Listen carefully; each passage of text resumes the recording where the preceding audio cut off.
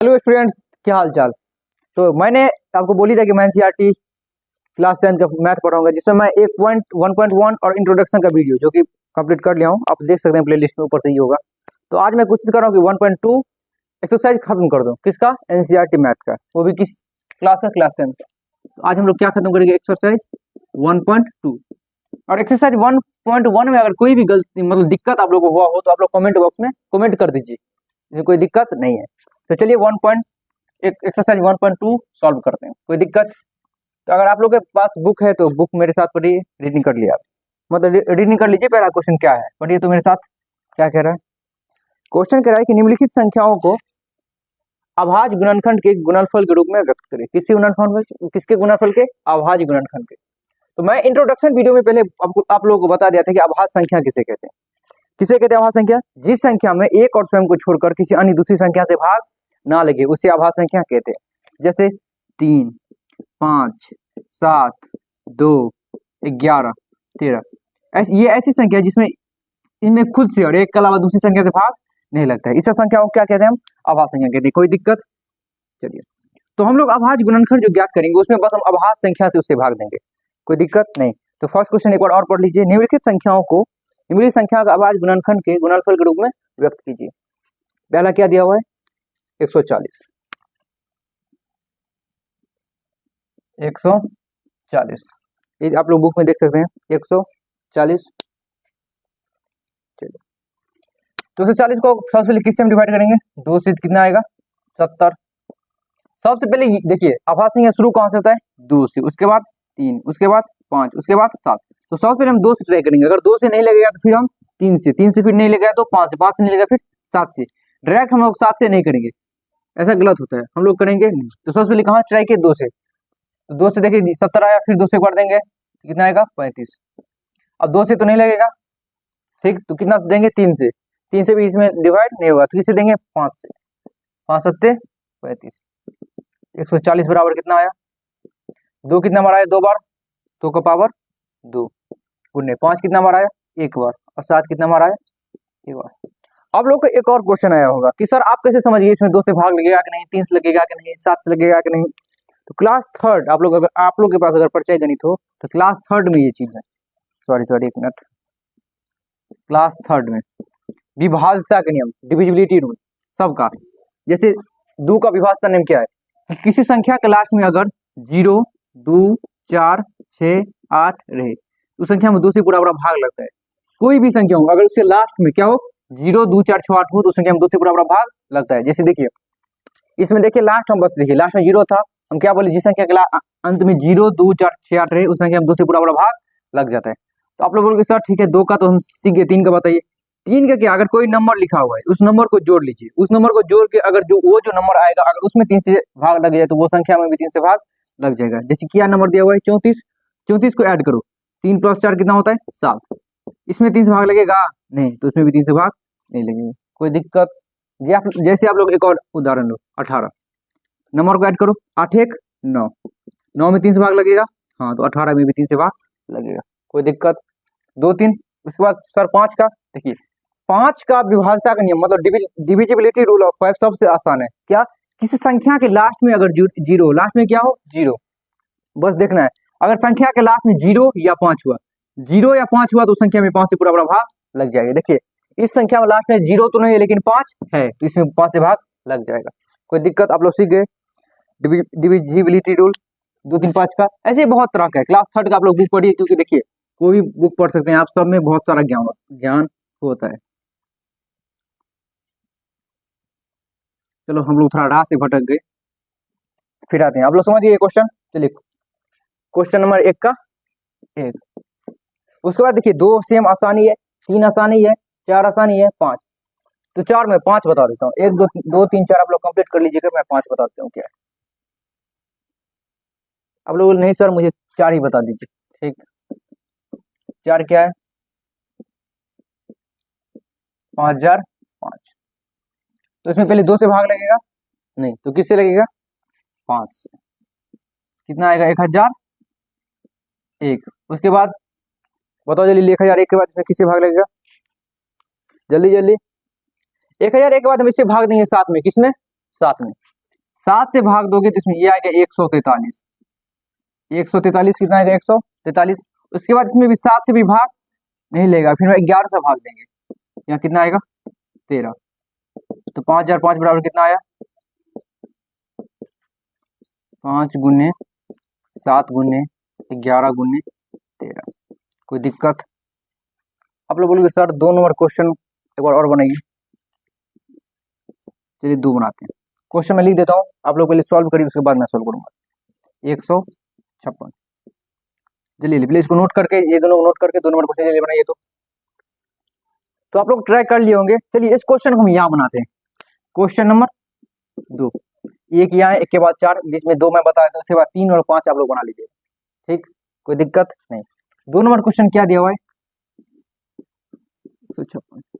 तो क्या बोले, क्या निकाले? अभाज्य गुणनखंड। तो अभाज्य गुणनखंड में सबसे मतलब पहले अभाज्य संख्या, सबसे छोटी अभाज्य संख्या कौन है? 2। तुम 2 से भाग देंगे, 2 से भाग देंगे, अगर लगेगा तो हम देखेंगे लास्ट डिजिट। लास्ट डिजिट देखिए 0 2 4 6 8 में से कुछ रहना चाहिए। 6 है तो पक्का 2 से लगेगा, तो कितना आएगा? 78, क्योंकि 8 दूना 16, 7 दूना 14, 15 आ गया। फिर 2 से भाग देंगे, कितना आएगा? 39। अब 2 से नहीं लग रहा है तो हम किससे भाग देंगे? 3 से, क्योंकि मैं बोला कि 2 के बाद हम लोग ट्राई करेंगे 3। तो आप लोग बोलोगे सर पहले देखा ये 3 से भाग लगेगा कि नहीं? तो 3 का विभाजक नियम क्या बोलते हैं? अंकों का योग। 9 3 12, 12 में 3 से भाग लगेगा, हाँ इसमें भी 3 से भाग लग ही जाएगा। तो 3 से भागा देंगे, कितना आएगा? 13। तो हम क्या लिख सकते हैं? क्योंकि 156 बराबर 2 कितना बार है? 2 बार, तो 2 स्क्वायर गुना 3 गुना 13, जितना बार हो उसका स्क्वायर या क्यूब ऐसे करके कर देंगे। कोई दिक्कत? तो आप लोग 1 नंबर क्वेश्चन अच्छे से समझे। 1 नंबर में 5 क्वेश्चन है, तो मैं 3 बना ही दिया, आप लोग बस 2 बना लीजिएगा। ठीक, अब हम आएंगे इसके बाद क्वेश्चन 2 पे, इसके लिए नोट कर लीजिए आप लोग। तो क्वेश्चन 1 हम पूरा कंप्लीट कर लिए। अब हम आएंगे क्वेश्चन नंबर 2 पे। अगर आप लोगों के पास बुक है तो मैं तो पहले ही बोलता हूँ, तो मेरे साथ पढ़ो। ठीक, क्वेश्चन कह रहा है कि पूर्णांकों के निम्नलिखित युग्मों के एचसीएफ और एलसीएम ज्ञात कीजिए। ठीक है, तथा इसकी जांच कीजिए कि 2 संख्याओं का गुणनफल बराबर एचसीएफ गुने एलसीएम। पहले बोल रहा है कि जितना भी संख्या दिया हुआ है ना, उसका हम एचसीएफ और एलसीएम ज्ञात करें। ठीक, एचसीएफ एलसीएम ज्ञात करने के बाद उसके बाद क्या बोल रहा है? उसके बाद बोल रहा है कि 2 संख्याओं का गुणनफल बराबर एचसीएफ गुना एलसीएम कैसे होता है, ये हमें प्रूव करना है। कोई दिक्कत नहीं ना? चलिए पहला क्वेश्चन है 26 और 91 का। 26 और 91 91। चलिए 26 में 2 से भाग लेंगे 13, इसके बाद नहीं लगेगा। 7 से 13, तो 26 बराबर क्या होता है? 2 गुने 13। 91 बराबर कितना होता है? 7 गुने 13। एचसीएफ बराबर। चलिए देखिए पहला बार सीखेंगे बहुत अच्छी तरीके से, पूरा दिमाग पूरा ध्यान दीजिए। आप लोगों को बोर्ड दिख रहा है, मेरा फेस नहीं दिख रहा है चलेगा, बस बोर्ड आप लोगों को दिखना चाहिए पूरा तरह से, कोई दिक्कत नहीं। एचसीएफ, अगर कोई संख्या दिया हो ना, हम एचसीएफ कैसे निकालते हैं? एचसीएफ निकालने का यही सबसे आसान तरीका है कि संख्या में देख लेंगे कौन सा मिल रहा है, जो सब मिल रहा है वो सबसे छोटा है। कोई दिक्कत? जैसे देखिए 2 गुने 13 है, 7 गुने 13 है, ये पहला संख्या हुआ, ये दूसरा संख्या हुआ। देखेंगे इन संख्या में कौन कौन संख्या, दोनों ऊपर वाले नीचे वाले दोनों कौन कौन मिल रहा है। देखिए 2 समय है नहीं है, 2 बस यही है।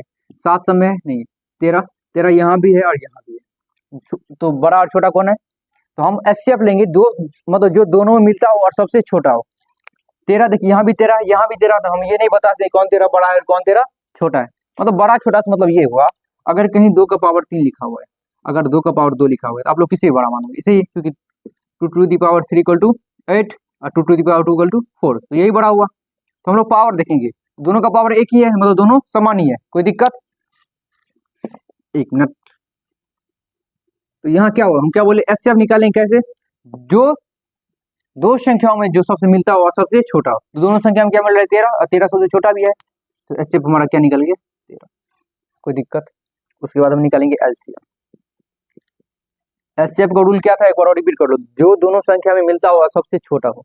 लेकिन एलसीएम बहुत अच्छा है। एलसीएम बोलता है क्या? जो सब में मिलता हो उसमें मुझे सबसे बड़ा चाहिए, जो सब में मिलता है उसमें सबसे मुझे बड़ा चाहिए, और जो नहीं मिलता है उसे भी हम रख देंगे। कोई दिक्कत? एचसीएफ का रूल क्या है? जो सबसे मिलता हो और सबसे छोटा हो, जो सब में मिलता हो और सबसे छोटा हो, बस हम उसी को रखेंगे। तो 13 को रख लिया। एलसीएम बोल रहा है कि जो सब में मिलता हो, जो सब में मिलता हो और सबसे बड़ा हो, लेकिन जो नहीं होगा उसे भी रख लेंगे। तो देखिए सबसे पहले मिलता कौन है? 13 ही है, और 13 तो नहीं, बड़ा कौन है? दोनों बराबर ही है 13। उसके बाद मिल कौन सा बने रहा है, एक 2 नहीं मिल रहा है और 7 नहीं मिल रहा है, 13 गुने 2 गुने 7। कोई दिक्कत, कोई समस्या। उसके बाद देखिए 7 दूना 14, 14 तिया 42 का 2 हासिल 4, 14 एकम 14, 14 4 18, 182। कोई दिक्कत। सीख लिया आप लोग, एचसीएफ निकालना सीख गए, एलसीएम निकालना सीख गए। क्वेश्चन में मुझे एलसीएम एलसीएम नहीं बोल रहे, अब प्रूव करना है आप लोगों को। क्या, क्योंकि दो संख्याओं का गुणनफल बराबर बराबर, तो दो संख्या क्या दिया हुआ है, दो संख्या क्या है, पहला है 26, दूसरा है 91, बराबर तो क्या होगा 26 गुने 91, यही ना है दो संख्या गुणनफल बराबर। तो दो संख्या क्या है, पहला संख्या ये, दूसरा संख्या ये, दो संख्या गुणनफल क्या है 26 गुने 91। तो 26 एकान 26 और 26 में होता है 236, आप लोग कैलकुलेट कर लेना, 26 में कितना होता है 236। तो दो संख्या गुणनफल निकल गया। ये नहीं बोल रहा निकालने के लिए, सवाल सवाल बोल रहा है दो संख्या का गुणनफल निकालेंगे, उसके बाद एचसीएफ और एलसीएम को मल्टीप्लाई करेंगे, अगर ये बराबर आ गया इससे तो अब यह चीज हमारा क्या हो गया, प्रूव। तो हम लोग दो संख्या गुणनफल निकालिए, अब हम निकालेंगे एचसीएफ गुने एलसीएम, क्योंकि एचसीएफ गुने एलसीएम बराबर, एचसीएफ हमारा कितना है 13, एलसीएम कितना है 182, 13 दूना 26 का 6 हासिल 2, 13 8 104, 104 में 2 जोड़ेंगे तो 106 हासिल 10, 13 कन 13, 13 10 23, ये बराबर आ गया। तो हम लोग क्या लिखेंगे, इसीलिए दो संख्याओं का गुणनफल बराबर बराबर एचसीएफ गुने एलसीएम, क्या चीज, कोई दिक्कत, कोई दिक्कत नहीं ना, यही क्वेश्चन ऐसे ही बनेगा, एचसीएफ एलसीएम ऐसे ही आप लोग निकालेंगे, यहाँ भी आप लोग समझ ही गए होंगे, तो आप लोग जल्दी इसको नोट कर लीजिए। हम लोग क्वेश्चन नंबर 2 का दूसरा, दो का पहले आप लोग को बता ही दिए तुरंत, चलिए अब 2 का दूसरा नंबर। तो किसे डिवाइड करेंगे, सबसे पहले इसको 2 से, कितना आएगा 255, फिर 3 से कितना आएगा 3 8 24, 3 50, फिर 5 से कितना आएगा 17, कोई दिक्कत। इसको 2 से डिवाइड करके कितना आएगा 46, फिर 2 से डिवाइड करने में आएगा 23। हम क्या लिखेंगे, चूंकि 510 बराबर 2 गुने 3 गुने 5 गुने 17, 92 बराबर कितना आया, 2 कितने बार है 2 बार, तो 2 का स्क्वायर गुने 23, कोई दिक्कत। तो चूंकि एचसीएफ बराबर कितना आएगा, हम एचसीएफ क्या होता है, जो दोनों मिलता हो सबसे छोटा हो, अरे कोई दिक्कत नहीं ना, इस दोनों में क्या मिल रहा है, दो ही बस मिल रहा है दोनों में, और सबसे छोटा 2 स्क्वायर, और 2 में सबसे छोटा कौन है, यही 2 है, तो एचसीएफ हमारा कितना आ जाएगा 2, कोई दिक्कत। अब आते हैं एलसीएम पे, किस पे, एलसीएम पे। एलसीएम हम क्या होता है, जो दोनों में मिलता है उसमें सबसे बड़ा, और जो नहीं मिलता है वो उसे भी हम लेंगे। तो इस दोनों में मिलता है कौन है, 2 स्क्वायर ही, देखिए ये दो दो दोनों में मिलता है, लेकिन बड़ा कौन है 2 स्क्वायर। उसके बाद जो नहीं मिलता कौन नहीं, ये भी नहीं, ये भी नहीं, ये भी नहीं, ये भी नहीं, उसको भी लिख लेंगे। तो 3 गुने 5 गुने 17 गुने 23, कोई दिक्कत। दो देखिए ये है एलसीएम बराबर 2 स्क्वायर गुने, अब इसे कितना 2 स्क्वायर 4 4 तिया 12, 12 पंचे 60, 60 को 17 से गुना करेंगे हम, 17 से 17 छः 102, 102 को हम किससे गुना करेंगे 23 से, 23 दूना 46 का 6 हासिल 4 4 23 से कम 23, तो गुना करके कितना आया 23,460, कोई दिक्कत। 2 स्क्वायर 2 का स्क्वायर 4 4 तिया 12, 12 पंच 60, 60 को यहाँ 17 से गुना के 17 छः 102, जीरो लास्ट में लिख लिए, फिर जीरो को फिर लास्ट में लिखे 23 दूना 46 का 6 हासिल 4, जीरो से गुना करेंगे जीरो, फिर 4 यहाँ बचा 46 का 23, कोई दिक्कत, गुना करके ये आया एलसीएम बराबर, कोई दिक्कत। लेकिन हमें ये निकालना नहीं, हमें क्या निकालना है, दो संख्या गुणनफल बराबर एचसीएफ गुने एलसीएम, यही प्रूव करना है, चलिए करते हैं। तो क्या लिखेंगे, चूंकि दो संख्याओं का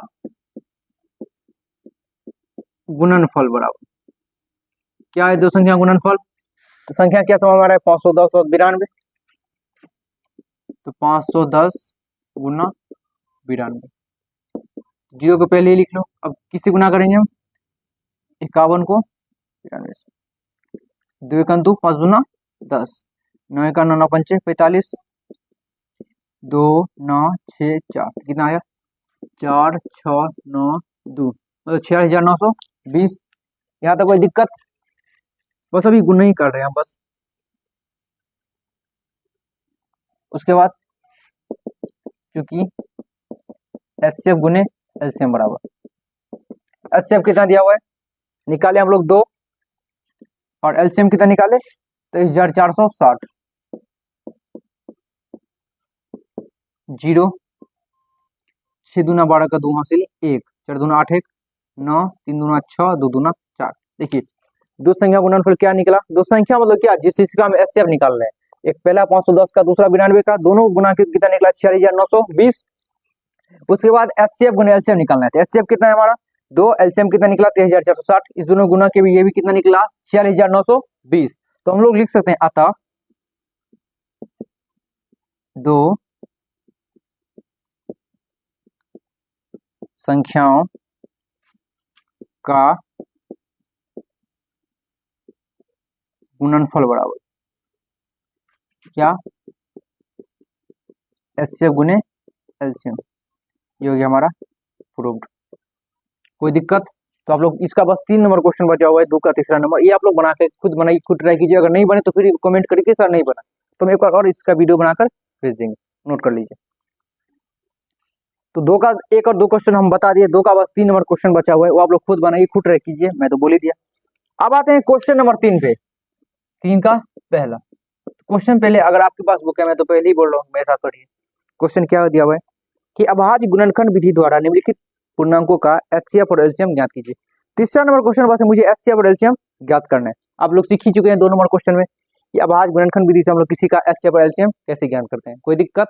चलिए, तो 3 का पहला नंबर क्वेश्चन क्या सो दिया हुआ है? 12 15 और 21। 12 15 और 21। 12 में किससे भाग लेंगे? 2 से कितना आएगा? 6, फिर 2 से कितना आएगा? 3। कोई दिक्कत? उसके बाद इसमें 3 से 3 पंचे 15 7। कोई दिक्कत? तो क्या लिखेंगे? चूंकि 12 बराबर कितना होता है? 2 स्क्वायर गुने 3, 15 बराबर 3 गुने 5, 21 बराबर 3 गुने 7, क्योंकि एचसीएफ बराबर। हम क्या बोले? एचसीएफ कैसे निकलता है? जो सब में मिलता हो और सबसे छोटा हो। तो सब में कौन मिल रहा है? बस 3 ही मिल रहा है, और सबसे छोटा भी 3 ही है, क्योंकि 3 बराबर ही है, तो हम यही एचसीएफ हमारा क्या आएगा? 3। कोई दिक्कत? एलसीएम, एलसीएम क्या है? जो सब में मिलता है उसमें सबसे बड़ा हो, और जो नहीं मिलता उसे भी लेंगे। तो पहले सब में मिलता कौन है? 3 ही मिलता है, तो पहला तो 3 आ ही गया। उसके बाद ये नहीं मिलता है, ये भी नहीं मिलता है, ये भी नहीं मिलता है, तो 3 दुगुना 4 दिया, 12 12 पंचे 60, 60 420। तो निकल गया पहला आंसर।